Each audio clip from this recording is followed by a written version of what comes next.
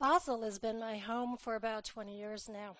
I have a Swiss citizenship, little red passport, and I have a Swiss husband sitting in the audience. Well, this way, sitting in the audience.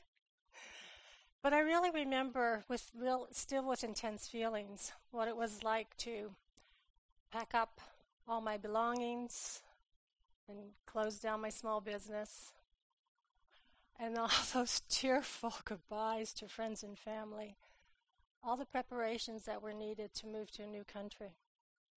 And maybe lots of you understand when I say that it felt as if I was packing up my entire life to be able to take this voyage and to come here. So we arrive in Switzerland, and the lucky ones come to Basel, and we start settling into our new homes. And perhaps we have children that we put into school, we take up our new jobs, and some of us take up new roles. Whether we're here for a short time or for a prolonged assignment or the current trend of local hire, it's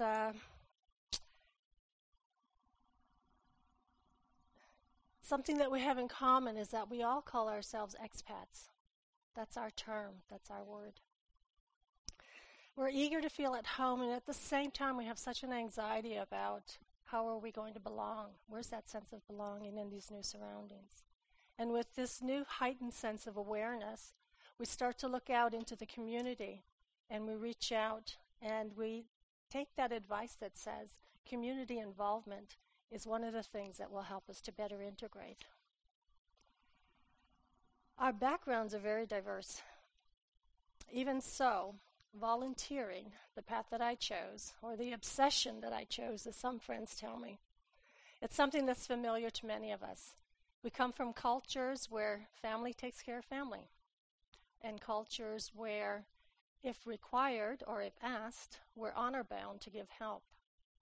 We also come from cultures where we give our time and our treasures and our talents because we find that it's admirable to be involved with a global cause. And now, perhaps for the first time, we're foreigners. The federal statistics here in Switzerland show us that 23% of the total population are foreigners. Basel-Stadt, however, is closer to 30%. That means if this room were to represent Basel-Stadt, a third of us would be foreigners. And when we talk about numbers, so often people say, well, how many are expats? In 2011, there was a study published by the firm Echoes, and it looked at the challenges and the potentiality of the expats in the region. They had an estimated, they made an estimation of about 36,000 expats here in the region, and that translates to 1 out of every 12. So we're a significant group, and as the population continues to grow, both economically and socially, our expat groups can make a difference. Two findings that, excuse me. So what does that mean for our expat community? There was a future workshop that was held by Social Conference Basel in 2009. And the question that was the theme of the conference was how to facilitate better integration, and especially for the expats, because we have special situations. Two of the findings that came out of that workshop were that the expats had a desire, and the local Swiss also had the same desire to make connections. And the other finding was that the official information and all the many resources that are available had to be better communicated to the English-speaking communities. So two initiatives rose out of this particular conference. And one was that the canton's integration and resource information were to be made more easily accessible.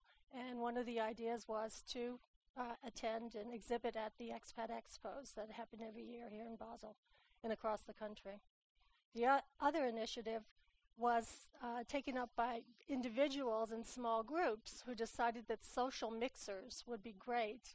And we expats were even told that that was a place that we could meet real Swiss people. So it became quite popular quite quickly. Another initiative that came out was a trilingual website called U for Basel. The intention was to be able to list the different organizations and list the different volunteers or possible volunteers who wanted to come together. The problem, however, with this site not taking off so well was one of language. So as the Swiss social institutions just don't know what to do with non-German speaking eager volunteers. So as Basel's social sector and volunteer pool continue to decline, the needs the needs increase and sometimes even expand further. So we have a dilemma here. There are less volunteers who are available, but we have an untapped pool within the expat community that could be quite a significant number for this. English speakers have access to at least 30 organizations that are here in the region for volunteering too. They're organized through the clubs, churches, schools, and so forth.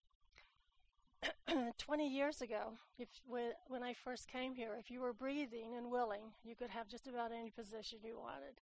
Nowadays, there's a little bit more of a selection process, but it's still very easy, and your help would be very, very welcomed. Less easy to accomplish, but I want to say not impossible, is volunteering for the conventional Swiss nonprofits, the Vereins. Last year, the Basel-Stadt Volunteer Coordinator Department and the volunteer agency GGG Beneval put on a workshop called the World Cafe, and the theme was about exploring foreign language and the use of foreigners in the volunteer sectors. We looked at language as an opportunity versus a barrier. And subsequently, a working group has been formed, and we are looking at using multilingualism as an asset and also finding ways to utilize non-German or people with low German skills in the voluntary sector, where it's so greatly needed. So I'd like to share a little story with you. I got really curious about this aspect of language, and I decided to set up a little project with the local animal shelter here in Basel. So we gathered a group of Girl Scouts, and we brought them to the animal shelter for one of their programs. And because the girls were mostly English-speaking, we thought, well, we'll provide a German translator for the group, and that should suffice. Our control group was meant to be 12, but by the time extra parents and group leaders and project leaders and shelter staff joined in, we were a group of 30, and it was quite chaotic and a little unmanageable, but a lot of fun. So the tour, the activity began with us touring the facilities, and what immediately became evident was that we didn't need a translator. The girls were just spontaneously throwing in translations for one another, using English and German and French and maybe something else, all mixed up together. They didn't care about grammar. They didn't care what was proper. And our second observation, though, came afterwards, when we reflected on the day and what had happened. When we realized the recipients, those animals, they didn't care what the conversations or the language was about. They just cared that there were enough caring hands to do the feeding and the grooming and the petting that were there. So I'd like to encourage all of us to follow the children's lead. They are fearless, and with good reason, because they don't complicate things the way that we like to do so much. And volunteering is not complicated. It's an act of the heart. It's not an act of the head, as the children have so aptly shown us over and over again. So I'd like to give you some practical examples. You can get out into the community and volunteer.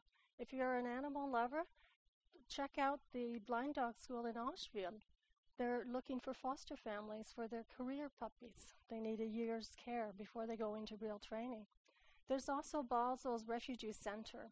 We've been talking to the directors there, and we're looking at setting up some kind of a buddy system where people who have been here or have access to more resources can help those who are less fortunate and looking to settle and become part of our community. And if you love children, of course, and want to find out about children's programs, you can check through the schools and the churches. There are many, many programs, and they usually know what's on offer, what's needed.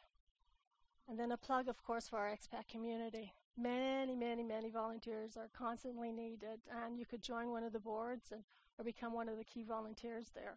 It's very satisfying work. And if you need more ideas, just ask me. I'll be glad to help you. I've been doing this for many, many years. It's work that I love, and I find that it's work that usually people themselves start to love once they become engaged. So expat issues are becoming widely known. We're on the public agenda. We're in the media. You saw that earlier. And my experience is that there is an authentic, a very sincere interest for relationship building, both between the local Swiss population and those from the expat. There's no greater arena than our local community, and there's no greater activity than volunteering. It's very fulfilling, and it helps us find that sense of belonging that we're looking for. So I just say, go out and do it.